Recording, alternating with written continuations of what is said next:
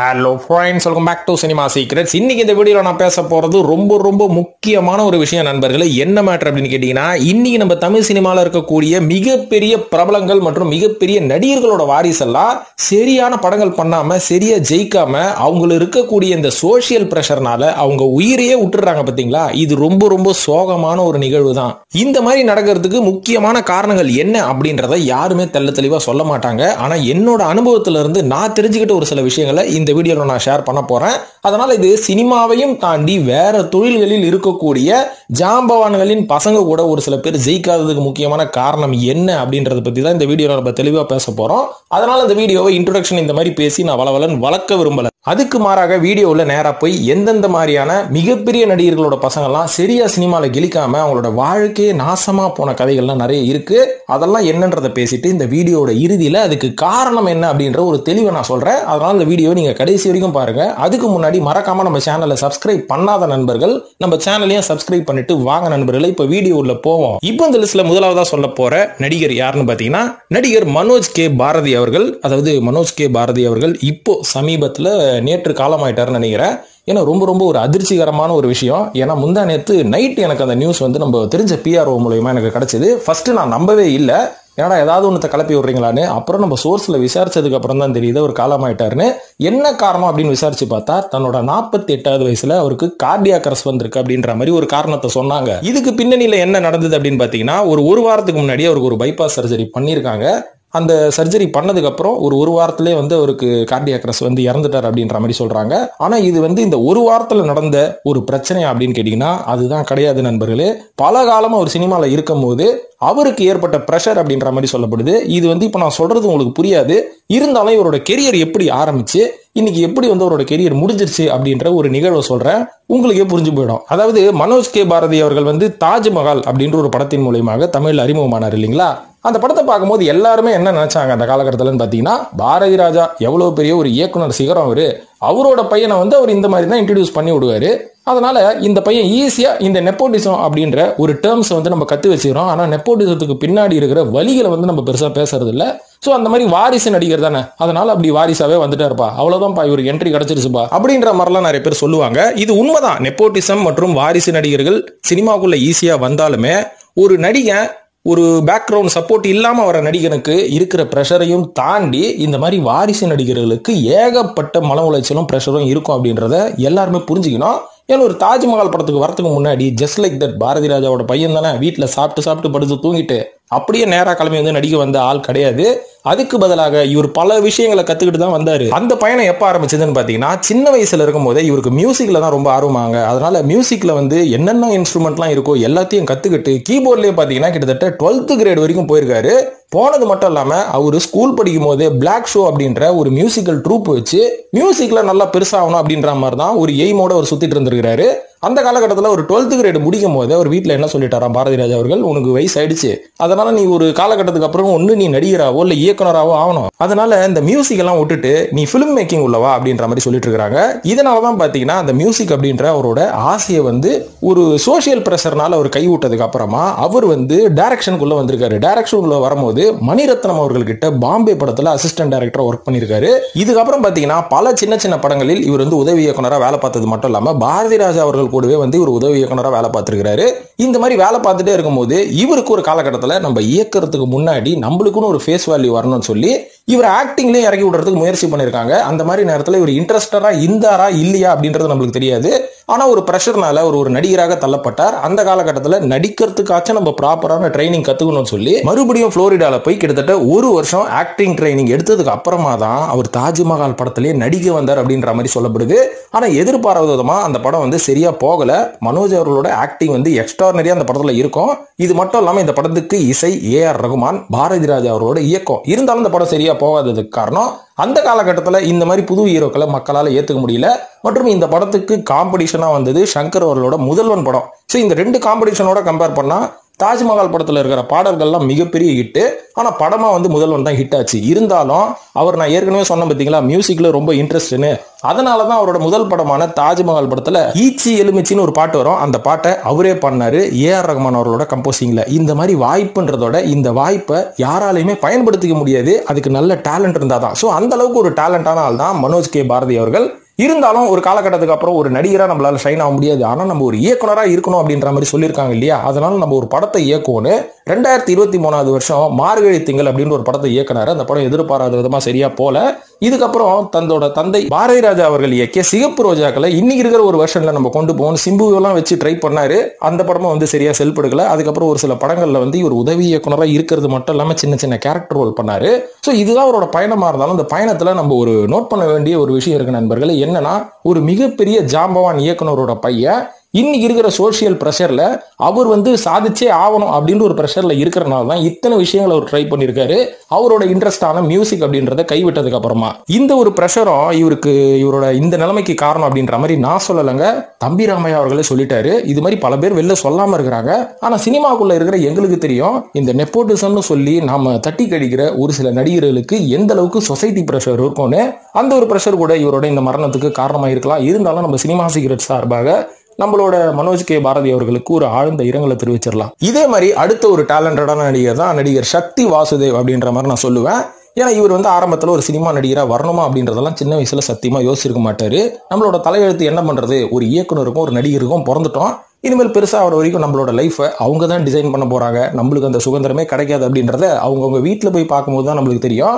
இதுதான் வந்து ஒரு பாட்டு ஒன்று நான் கேட்டிருக்கேங்க, மே மாதம் அப்படின்ற ஒரு படம் இல்லை. அந்த படத்தில் அந்த ஹீரோயின் வந்து ஒரு டெபியூ சாங் ஒன்று பாடுவாங்க, ஒரு ஆரம்பத்தில் ஒரு சாங் பாடுவாங்க, மார்கழி பூ அப்படின்ற ஒரு பாட்டு. அதில் ஒரு லைன் வரும், ஏழை மகன் காணும் இன்பம் நான் காண்பதில்லை அப்படின்ற மாதிரி வரும். அதுக்கு பின்னாடி இருக்கிற பெயின், அதுக்கு பின்னாடி இருக்கிற எக்ஸ்பீரியன்ஸ் எல்லாம் இவங்களோட கம்பேர் பண்ணி பார்த்தா மட்டும்தான் நம்மளுக்கு தெரியும். ஏன்னா அந்த அளவுக்கு இவங்களுக்கு எல்லாமே இருந்தாலும் இவங்களுக்கு ஒரு சுதந்திரம் இருக்காது. ஸோ அந்த வகையில் சக்தி அவர்களும் பார்த்தீங்கன்னா சின்ன வயசுல ஒரு ஜூனியர் ஆர்டிஸ்டா, ஒரு வயசு தெரியாதன்றதோட ஒரு எனக்கு ஒரு விவரம் தெரியாத ஒரு வயசுல வந்து அப்பா சொல்றாருன்னு ஒரு 2-3 படத்தில் நடிச்சிட்டாரு. உதாரணத்துக்கு இந்த சின்ன தம்பி, நடிகன் போன்ற படங்களை நம்ம சொல்லலாம். ஸோ இதுக்கப்புறம் பெருசாக வளர்ந்ததுக்கு அப்புறமா அப்பா இயக்குனர், நம்ம கண்டிப்பாக ஹீரோவை தான் ஆகணும் அப்படின்ற மாதிரி ப்ரெஷர் போட்டதுல தான் இவர் வந்து முதல்ல தொட்டால் பூ மலரும் அப்படின்ற ஒரு படத்தில் 2007 வருஷம் வந்ததுல அந்த படத்தில் நடிச்சாரு. என்னதான் இவரோட ஆக்டிங் வந்து நல்லா இருந்தாலும் ஆஸ் யூஷுவல் அடிச்சு துவச்ச கதையில இவரை நடிக்க வச்சனால அந்த படம் வந்து ஒரு ஆவரேஜ் படமாக தான் அமைஞ்சதே தவிர இந்த படம் வந்து ஒரு மிகப்பெரிய படமா போல. ஆனா இருந்தாலும் சக்தி அவர்களோட ஆக்டிங் வந்து பயங்கரமா அப்ரிஷியேட் பண்ணப்பட்டது. ஏன்னா முதல் படமே பாத்தீங்கன்னா இந்த பையன் வந்து ரொம்ப போல்டா, வடிவேலுக்கெல்லாம் கவுண்டர் கொடுத்து அடிக்கிற மாதிரி ரொம்ப போல்டா பேசுறான், நல்ல ஒரு பையன், நல்ல ஒரு ஆக்டிங், நல்ல கெமிஸ்ட்ரி ஒர்க் ஆகுது அப்படின்ற மாதிரி ஒரு நல்ல ஒரு விஷயங்களை சொன்னாங்க. இதுக்கப்புறம் என்ன ஆகுதுன்னு பாத்தீங்கன்னா இந்த படம் ஆவரேஜா போனனால அடுத்தது பி வாசு அவர்களோட பிரஷர்ல சக்தி அவர்களை ஆக்ஷன் ஹீரோவை இறக்கி விடுறதுக்கு முயற்சி பண்ணாங்க. இந்த மாதிரி இருக்கும்போது மனுஷன் குழம்பியாச்சு. ஏன்னா நான் ஆக்ஷன் ஹீரோவே கிடையாது, நான் ஒரு ரொமான்டிக் சாஃப்டான ஹீரோ தான், என்ன கொண்டு போய் ஆக்ஷன்ல தள்ளுறீங்க, ஆனா அது எனக்கு செட் ஆகணும்ல அப்படின்ற மாதிரி இந்த குழப்பத்திலேயே சக்தி அவர்களுக்கும் அவரோட தந்தையான பி வாசு அவர்களுக்கும் ஷூட்டிங் ஸ்பாட்ல ஏகப்பட்ட பிரச்சனைகள் வருமா. இவர் சொல்றது அவர் கேட்க மாட்டாராம், அவர் சொல்றது இவர் கேட்க மாட்டாராம், ஒரு மரியாதை இருக்காதான், திட்டு வாங்குறது அப்படின்ற மாதிரி ஒரு வசதியா வளர்ந்த பையனுக்கு 4 பேர் எதிரில் திட்டும் போது அவனுக்கு எப்படி உள்ள ஒரு ப்ரெஷரா இருக்கும் அப்படின்ற மாதிரி யோசிச்சுட்டு சக்தி அவர்கள் என்ன பண்ணியிருக்காரு, தொடர்ந்து என்னென்ன படங்கள் அது கதை நல்லா இருக்கோ இல்லையோ எல்லா படத்துலையும் போய் கமிட் ஆகுறது. மனுஷன் மார்க்கெட்டே டவுனு. அதுக்கப்புறம் பார்த்தீங்கன்னா அவர் பெருசா எந்த படத்துலையும் கமிட் பண்றது இல்லை. இந்த அளவுக்கு அவரோட கெரியர் வந்து ரொம்ப டிப்ல போயிருக்குது. இதுக்கப்புறம் என்னாச்சுன்னா கிட்டத்தட்ட ஒரு 4 வருஷம் மனுஷன் பிரேக் எடுத்துட்டாரு. பிரேக் எடுத்ததுக்கு அப்புறம் சக்திவேல் வாசுன்ற மாதிரி ஒரு பேர் மாத்திட்டு தற்காப்பு அப்படின்னு ஒரு ஆக்ஷன் படத்தில் இறங்கினாரு. கதை வந்து செம மொக்க. ஆனா இவரோட ஆக்டிங் வந்து பயங்கரமா அப்ரிஷியேட் பண்ணப்பட்டது. இருந்தாலும் என்ன பண்றதுங்க, நான் நல்லா தான் நடிக்கிறேன், ஆனால் என்னோட ப்ரெஷர்னால நான் கண்ட கதையில் போய் நடிச்சிடுறேன், எனக்கு அந்த கதை நாலேஜ் எதுவுமே கிடையாது இல்லைங்களா. ஏன்னா நான் வந்து சினிமா வாரிசாக இருந்தாலும் நான் சினிமாக்காரன் கிடையாது. வீட்டில் இருக்கிற ப்ரெஷர் என்ன பண்ணுறது, துரத்தி விட்டுறாங்க அப்படின்ற மாதிரி உள்ளே வந்தது தான். இதுக்கப்புறம் போய் என்ன பண்ணுறது, எந்த ஒரு படமும் சரியாக கிளிக் ஆகல. அதுக்கப்புறம் அப்பாவோட டைரக்ஷன்ல சிவலிங்கான்ற ஒரு படம் நடிக்கிறது, அதுவும் பார்த்தீங்கன்னா ஒரு சரியான கேரக்டர் கிடையாது. இதையும் தாண்டி இந்த பிக் பாஸ்ல போயிட்டு மனுஷன் கொஞ்ச நஞ்சம் இருக்கிற மரியாதையும் கெடுத்துக்கிட்டு ட்ரிகர் ஸ்டார், அதாவது இந்த ட்ரிகர் பண்ணி விடுறாருப்பா எல்லாரையும் அப்படின்ற மாதிரி ஒரு கெட்ட பேரோட வெளில வந்தாரு. வெளில வந்ததுக்கு அப்புறம் மீதி எல்லாம் வரலாறு தான், எல்லாருக்குமே தெரியும். அதாவது இதுல இருந்து நம்ம என்ன தெரிஞ்சுக்கணும்னா, ஒரு மனுஷன் இன்னைக்கு அவனா இருக்கணும் அப்படின்ற மாதிரி யாரும் விடுறது கிடையாது. அப்படியே அவன் ஏதாவது ஒரு முடிவு எடுத்தாலும் நீ பண்றதெல்லாம் தப்புன்னு அவனை குட்டியே உட்கார வச்சிடறாங்க. ஸோ அந்த மாதிரி நம்ம சக்திவாஸ் அவர்களும் என்னதான் நல்ல திறமை இருந்தாலும் சில சோசியல் ப்ரெஷர்னால அவராலையும் அச்சீவ் பண்ண முடியல. இப்பதான் கராத்தே பாபு படத்துல வந்து வில்லனா பண்றாராம். பார்ப்போம் வில்லனிசத்திலேயாச்சும் அவருக்கு வந்து ஒர்க் அவுட் ஆகுதா இல்லையான்னு. அதுவும் ஒரு சோஷியல் ப்ரெஷர்னால தான் அந்த படத்தில் நடிப்பாருன்னு நான் நினைக்கிறேன். இதே மாதிரி மூன்றாவதா சொல்ல போறது நடிகர் ஆனந்த் பாபு அவர்கள். ஒரு மிகப்பெரிய டான்ஸரு, நாகேஷ் அவர்களோட புதல்வன். டான்ஸ் ஆடாம இருப்பாரா? வேற லெவலுங்க அவரு. ஆனா இருந்தாலும் இவருக்கும் வந்த ஒரு மிகப்பெரிய ப்ரெஷர் என்னன்னு பாத்தீங்கன்னா, ஒரு நடிகன் ஆயாச்சு, ஒரு 2 படம் ஹிட் கொடுத்தாச்சு. அதாவது டி ராஜேந்தர் அவர்களோட இயக்கத்துல தான் இவர் முதல்ல தங்கைக்கு ஒரு கீதம் அப்படின்ற ஒரு படத்துல டெபியூ வராரு. இதுக்கப்புறம் இவரோட நடனத்தை பார்த்து யாரா அந்த பையன் வேற லெவல் ஆடுறான் அப்படின்ற மாதிரி இவருக்கு வந்து ஒரு நல்ல அப்ரிசியேஷன். அதுக்கப்புறம் பாத்தீங்கன்னா தொடர்ந்து ஒரு நடிகர் படங்கள் சரியா போறது கிடையாது. போகாதனால ஒரு காலகட்டத்தில் என்ன ஆகுது, இவருக்கும் ப்ரெஷர் வருது. ப்ரெஷர் வந்ததுக்கு அப்புறம் காசும் வருது. என்ஜாய் பண்ணுவோன்னு ட்ரக்ஸ்ல இறங்குறாரு, குடியில இறங்குறாரு. ஒரு காலகட்டத்தில் என்ன ஆச்சுன்னு பாத்தீங்கன்னா, ட்ரக்ஸ் தலைக்கு ஏறி போய் அவரோட வீட்டில் ஒரு ஃபயர் ஆக்சிடென்ட் வந்தப்போ அதுல இருந்து வெளில வர முடியாம போதையில படுத்து கிடந்த நம்ம ஆனந்த பாபு அவர்கள் அந்த ஃபயர்ல மாட்டிக்கிட்டு அவரோட கால் 2 எரிஞ்சு போச்சு அப்படின்ற மாதிரி சொல்றாங்க. அதுல இருந்து மனுஷன் பாத்தீங்கன்னா ரெக்கவர் ஆக முடியாம 10 வருஷ காலம் வந்து சினிமால இருந்து ஒரு பெரிய பிரேக் எடுத்துட்டு அதுக்கப்புறம் தான் திரும்பி வந்தாரு. வரும்போது அவருக்கு எதிர்பார்த்த பெரிய கேரக்டர்ஸ் கிடைக்காதனால சின்ன சின்ன கதாபாத்திரம் பண்ணி இன்னைக்கு நல்லா வர வேண்டிய நடிகர் அவர் வந்து கொஞ்சம் கெரியர் டிப்பான போனதுக்கு காரணம் இந்த ட்ரக்ஸ் மற்றும் ஏற்பட்ட சோஷியல் ப்ரெஷர் அப்படின்ற மாதிரி கூட சொல்லலாம். இதே மாதிரி 4வதா சொல்ல போறது நடிகர் ரவி கிருஷ்ணா அவர்கள். இந்த ஆளும் பாத்தீங்கன்னா, என்ன நான் எடிட்டிங் பண்றேன்ப்பா, நான் போய் ஃபாரின்ல போய் எடிட்டிங்லாம் படிச்சுட்டு ஃபிலிம் எடிட்டிங்ல இறங்கிடுறேன், எனக்கும் நடிப்புக்கும் சுத்தமா சம்மந்தமே இல்லைன்னு சொல்லி இந்த பையன் என்ன பண்ணிருக்கானா, BA மல்டிமீடியா படிச்சிருக்காங்க. அவங்க அப்பாவும் ஒரு நல்ல ப்ரொடியூசர் அப்படின்றனால பையனுக்கு ப்ரெஷர் போடுறது இல்லை. இருந்தாலும் ஒரு காலகட்டத்தில் அந்த பையன் வந்து வீட்டுக்கு வரும்போது செல்வராகவன் அவர்கள் ஒரு ஸ்கிரிப்ட் எடுத்துட்டு போய் அவரோட இயக்குனர்ன்ற பாருங்க தயாரிப்பாளர்கிட்ட பேசும்போது ரவி கிருஷ்ணாவை போய் பார்த்துருக்காரு. பையன் ரொம்ப குண்டா இருந்திருக்கான், அதனால அந்த பையன்லாம் நம்ம கதைக்கு செட் ஆக மாட்டான் அப்படின்ற மாதிரி விட்டாரான். அதுக்கப்புறம் 7Gயோட அந்த ஸ்கிரிப்டை வந்து பேசும்போது ஹீரோ யாரும் கிடைக்கலன்னு 2வது வாட்டி ஒரு சில மாசங்கள் கழிச்சு போனா பார்த்தா ரவி கிருஷ்ணா நல்லா ஸ்லிம் ஆயிட்டாரான், டயட்லாம் இருந்தது. உடனே சார் உங்க பையனே இறக்கி விடுங்க சார், நான் வந்து வச்சு இயக்கம் பண்றேன், படம் சமையிட்டான் அப்படின்னு சொல்லி இறக்கி விட்டு தான் ஒரு சினிமாவில் நடிகை வந்தாரு. எல்லாம் மனுஷன் சத்தியமா வந்துருக்க மாட்டார். நான் பாட்டுக்கு ஜாலியா ஹோட்டலாக போறேன், சாப்பிட்றேன், எடிட்டிங் பண்றேன், ஜாலியா இருக்கிறேன், என்ன விடுங்களேன் ஏன் அப்படின்ற மாதிரி மனுஷனை கூட்டு வந்து அது மட்டும் இல்லாமல் லண்டன்ல போய் ஆக்டிங் கோர்ஸ் எல்லாம் படிக்க வச்சு அந்த படத்துல எப்படியோ குழப்பி இந்த பையனை நடிக்க வச்சு ஏதோ ஹிட் கொடுத்துறாங்க. அதுக்கப்புறம் செல்வராகவும் அவரோட வண்டி ஓடின்னு போயிட்டாரு வேற ஒரு டைரக்ஷன்ல. நான் என்ன பண்றது, நச்சு ஹிட்டு கொடுத்தாச்சு, அடுத்தது கண்டிப்பா ஹிட்டு விடணும், இல்லைன்னா என் பேரோட சேர்த்து எங்க அப்பன் பேரும் மானத்தை போயிடும்பா, எப்பா ஆளை விடுங்கடா அப்படின்ற மாதிரி இருக்கும்போது தான் அவரை தேடி ஒரு சில படங்கள் வந்தது. எல்லாமே மொக்க படம், அட்ரு ஃபிளாப்பு, ஒரு படம் கூட சரியா ஓடல. கிடையாது இந்த ஆரண்ய காண்டம் கரெக்டா போய் மாட்டலாம், அந்த படம் மட்டும் கொஞ்சம் பேர் வாங்குச்சு. இவருக்கு எவ்வளவு பெரிய பேர் கிடைச்சதுன்னு எனக்கு தெரியல. இப்போ இத்தனை வருஷம் கழிச்சு விட்டதெல்லாம் பிடிக்கணும்டா சாமின்னு சொல்லி 7G ரெயின்போ காலனி சீக்குவல் எட்டுனுங்கிறாங்களா. அதாவது செல்வராகவன் அவர்கள் நல்ல மார்க்கெட்ல இருக்கும் போதெல்லாம் இதெல்லாம் அவர் ட்ரை பண்ணல. இப்போ சுத்தம் செல்வராகவன் அவர்கள் டைரக்ஷனே வேலைக்கு ஆகுறான்னு சொல்லி ஆக்டிங்ல வந்ததுக்கு அப்புறமா அவருக்கு ஒரு வாய்ப்பு, இது வந்து மறுபடியும் செல்வராகவன் அவர்களுக்கு தான் வாய்ப்பா என்னவோ அப்படின்னு பார்த்தா நம்ம ரவி கிருஷ்ணாக்கெல்லாம் வாய்ப்பு இல்லை, செல்வராகவனுக்கு தான் வாய்ப்பு. பாருங்க இந்த படம் ரிலீஸ் ஆனோடனே மறுபடியும் எடிட்டிங்லேயே போகிறான் மனுஷன். இதே போல 5வதா ஜித்தன் ரமேஷரை கூட சொல்லலாம். ஏன்னா அவரோட அண்ணனா தம்பி ஜீவாவும் ஒரு நல்ல நடிகர் ஆயிட்டாரு, பேர் வாங்கிட்டாரு. அப்பாவும் பார்த்தீங்கன்னா ஒரு சக்சஸ்ஃபுல் ப்ரொடியூசரு. நீ என்ன பண்ணுகிற வீட்டில் அப்படின்ற மாதிரி கேள்வி கேட்பாங்கல்ல. நான் நடிக்கிறேன் அப்படின்னு கிளம்பி வந்தப்போ தான் அவருக்கு மாட்டின ஸ்கிரிப்ட் ஜித்தனு. ஸோ அந்த படத்தில் நடிச்சு பாட்டுக்கிட்டலாம் ஹிட் ஆச்சு. பையனை வந்து கொஞ்சம் இன்னசென்ட்டாக நடிச்சனால படம் ஹிட்டு. இது அப்புறம் என்ன பண்ண போற, இந்த பெருசுங்கெல்லாம் கேட்குமே வீட்டில், காலேஜ் முடிச்சிட்டியா, எப்போ வேலைக்கு போற, வேலைக்கு போயிட்டியா, எப்போ கல்யாணம் பண்ணிட்டியா, எப்போ எத்தனை குழந்தைங்க அப்படின்ற மாதிரி இவரையும் போய் நோட்ட ஆரம்பிச்சுட்டுக்கிறாங்க. இரா அடுத்த ஸ்கிரிப்டுக்கு வெயிட் பண்ணுறேன்டா, கொஞ்சம் என்ன ஸ்கிரிப்ட் வந்து நல்ல ஸ்கிரிப்டா என்ன தேர்ந்தெடுக்க கொடுங்கடா, டைம் கொடுங்கடானா. அதெல்லாம் டைம் கொடுக்க முடியாது, சீக்கிரம் கமிட் ஆகணும்னு சொல்லி கண்ட கர்மாந்திரம் பிடிச்ச படத்துல எல்லாம் போய் கமிட் ஆகுறது, எல்லா படத்துலயும் நடிக்கிறது. இவரோட ஆக்டிங் என்னதான் நல்லா இருந்தாலும் அந்த படம்லாம் ஃபிளாப் ஆகிறனால இவரையும் ஒரு ஃபிளாப் லிஸ்ட்ல சேர்த்தாச்சு. அதுக்கப்புறம் போற இடத்துலலாம் சோஷியல் ப்ரெஷர், ஏப்பா உங்க அப்பா ரொம்ப சக்சஸ் ஆயிருக்காரு, உன் தம்பி ரொம்ப சக்சஸ் ஆகிறான், நீ மட்டும் எப்படி அப்படின்னு கேட்கும்போதெல்லாம் செம காண்டா வரான். இருந்தாலும் என்ன பண்றதுங்க, ஆரம்பத்துல இந்த சோஷியல் ப்ரெஷர்னால படத்துல கமிட் ஆகணும், லைனா எல்லா படத்துலையும் கமிட் ஆகி நான் போண்டியானதான் மிச்சம். அதுக்கப்புறம் என்னோட போண்டிதனத்தை பார்த்து யாருங்க ஒரு இயக்குனர், இந்த ஒஸ்திய படத்தை இயக்குனார யார் அவர் பேர் மறந்து போச்சு, தெரிஞ்சா கமெண்ட்ல போடுங்க. அவர் தூக்கின்னு போயிட்டு ஒஸ்தி படத்துல இருக்கிற கொஞ்ச நஞ்ச மானத்தையும் கூட்டு போய் வாங்கி விட்டாரு.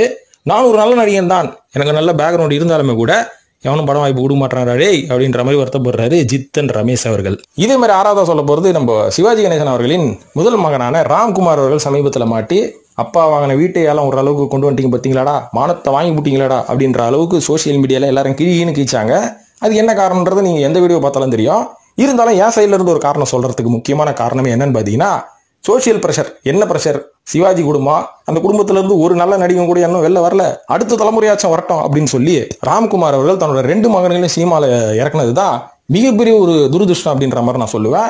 ஏன்னா இறக்குனால 2 பேரும் பெருசா ஹீரோ ஆகல, அட்லீஸ்ட் ப்ரொடியூசர் ஆவாச்சும் ஆகுடா, நீங்க டைரக்ஷன்லாம் ஒன்றும் பண்ண தேவையில்லடா, கடனை வாங்கி ஒரு படத்தையாச்சும், ஒரு கதையை நல்ல கதையை தேர்ந்தெடுத்து ஒரு படமாச்சும் எடுக்கடா அப்படின்ற அளவுக்கு சோசியல் பிரஷர் போட்டனாலதான் இவங்க இந்த அளவுக்கு வந்து நின்றாங்க அப்படின்ற மாதிரி சொல்லுவேன். வேற ஏதாவது அவங்களுக்கு பிடிச்ச தொழில் பண்ணியிருந்தா ஜெயிச்சிருக்கலாம். என்ன பண்றது, நடிகன் குடும்பத்துல வந்தா நடிகன் தான் ஆகணும்னு நம்ம நினைக்கலாம் கூட. அடைச்சி சொசைட்டி தள்ளி விட்டுருச்சு இல்லைங்களா, அதுல மாட்டினவங்க தாங்க. ஆனா நம்ம எல்லாரும் இவங்களை இப்படி தள்ளி விட்டு இவங்களே குறை சொல்லுங்கிறோம் பார்த்தீங்களா. எனக்கு இன்டெரக்டா அந்த ஒரு நடிகரோட பையன் வெளில வரல அப்படின்னு நம்ம அந்த நடிகனை குத்த தான் செய்வோம். அந்த குத்தல அவனுக்கு வாங்கிட்டு தான் இருப்பான். இருந்தாலும் அதுல இருந்து தப்பிச்சது நம்ம சின்னி ஜெயந்த் அவர்கள் அவரோட குடும்பத்துல இருந்து யாரையும் வெளில கூட்டின்னு வரல. அவங்க பையனை IAS ஆகிட்டாரு. அந்த அளவுக்கு போல்டா எல்லாருமே யோசிப்பாங்களா அப்படின்றது நம்மளுக்கு தெரியாது இல்லைங்களா. இந்த மாதிரி இந்த லிஸ்ட்ல பல நடிகர்களை சொல்லலாம். ஏன் நம்ம சாந்தனு பாக்யராஜ் அவர்களோட சொல்லலாம். அப்பாவோட பிரஷரின் காரணமாக நல்ல படங்கள் எல்லாம் தட்டி கழிச்சாச்சு. இப்போ உட்காந்துக்கு நல்ல கதை வரும்னா நல்ல கதை எல்லாத்தையும் நடிச்சு போட்டு எல்லாம் பெரிய ஆளாயிட்டானுங்களே. இப்போ இருக்கிறவங்க கிட்ட எல்லாம் எங்க கதைக்குது, எல்லாத்தையும் கொரியன் படத்துல இருந்தும் ஹாலிவுட் படத்துல இருந்தும் சுட்டுனுக்குறானுங்க. இதுல நீ நடிச்சுனா என்ன ஆகுது அப்படின்ற மாதிரிதான் ஊட்ட கதையெல்லாம் வந்து இவர் மறுபடியும் பொறுக்கி எடுத்துனுக்கிறாரு. ஸோ இப்படிதான் காலி போட்டுருவானுங்க. அதனால இதுல இருந்து நான் என்ன சொல்ல வரேன்னா, நெப்போட்டிசம் கிட்ஸ் அப்படின்றது வந்து ரொம்ப லக்கி கிட்ஸ் அப்படின்ற மாதிரிலாம் நம்ம சொல்ல முடியாது. ஒரு சாதாரண நடிகன் எந்த ஒரு பேக்ரவுண்டும் இல்லாம உள்ள வரான். அவன் ஜெயிக்கிறானோ ஜெயிக்கலையோ அவனுக்கு அதை பத்தி கவலையே கிடையாது. அவன் ஜெயிச்சாலும் உலகம் பேசும், ஜெயிக்கலனாலும் அவன் கண்டுக்க மாட்டானுங்க. ஆனா இந்த நெப்போட்டிசம் கிட்ஸ் இருக்காங்க பாத்தீங்களா, நெப்போட்டிசம்ன்றதோட அந்த வாரிசு நடிகர்கள் இருக்காங்க பாத்தீங்களா, இவங்க சினிமாக்குள்ள வரலனாலும் இவனுக்கு ஏடாவரமா பேசுவானுங்க. சினிமாவுள்ள வந்து ஜெயிக்கலனாலும் ஏடாவரமா பேசுவானுங்க. சினிமால ஜெயிச்சிட்டாலும் அவங்க அப்பனால தானே ஜெயிச்ச அப்படின்ற மாதிரி 4 பேர் 4 விதமா பேசிக்கிட்டே தான் இருப்பானுங்க. இந்த ஒரு ப்ரெஷர்னாலதான் இவங்க என்ன பண்றதுன்னு தெரியாம கொஞ்சம் அப்படி இப்படி அல்லாடி உடம்பையும் எடுத்துக்கிட்டு மனசையும் எடுத்துக்கிட்டு மைண்டையும் எடுத்துட்டு சுத்துவாங்க. அதுல இருந்து தப்பிச்ச ஒரு சில பேர் தெளிவாடே நீ என்னவாலும் பேசிக்கோ, எனக்கு இது பிடிச்சிருக்கு வந்திருக்கேன் அப்படின்னு தெளிவா இருக்கிற ஆட்களும் உண்டு. தெளிவா இல்லாத ஆட்கள் இன்னைக்கு ரொம்ப கஷ்டப்படுறாங்க அப்படின்றதுக்கு இப்ப நான் சொன்ன நடிகர்கள் தான் ஒரு சிறந்த உதாரணம். அதனால நீங்க என்ன செய்யணும், நீங்க சினிமாவையும் தாண்டி உங்க அப்பாவோட பிசினஸ் உங்க அப்பா திணிக்கிறாரா அப்படின்னா ஓப்பனா அவர்கிட்ட பேசுங்க. எனக்கு இன்ட்ரெஸ்ட் இருந்தா நான் பண்ணுவேன், இல்ல என் இன்ட்ரெஸ்ட்ல விடுங்கன்னு. இல்ல உங்களுக்கு இன்ட்ரெஸ்ட் இருந்ததுன்னா அந்த பிசினஸை கண்டினியூ பண்ணுங்க. மாட்டிக்கிட்டு எங்க அப்பா என்ன கோத்து விட்டாருன்னு சொல்லி கடைசி வரைக்கும் புலம்பி உங்களுக்கு பிடிக்காத ஒரு விஷயத்துல உட்காராதீங்க அப்படின்னு சொல்லி இந்த வீடியோ நான் முடிச்சுக்கிறேன் நண்பர்களே. நன்றி, வணக்கம்.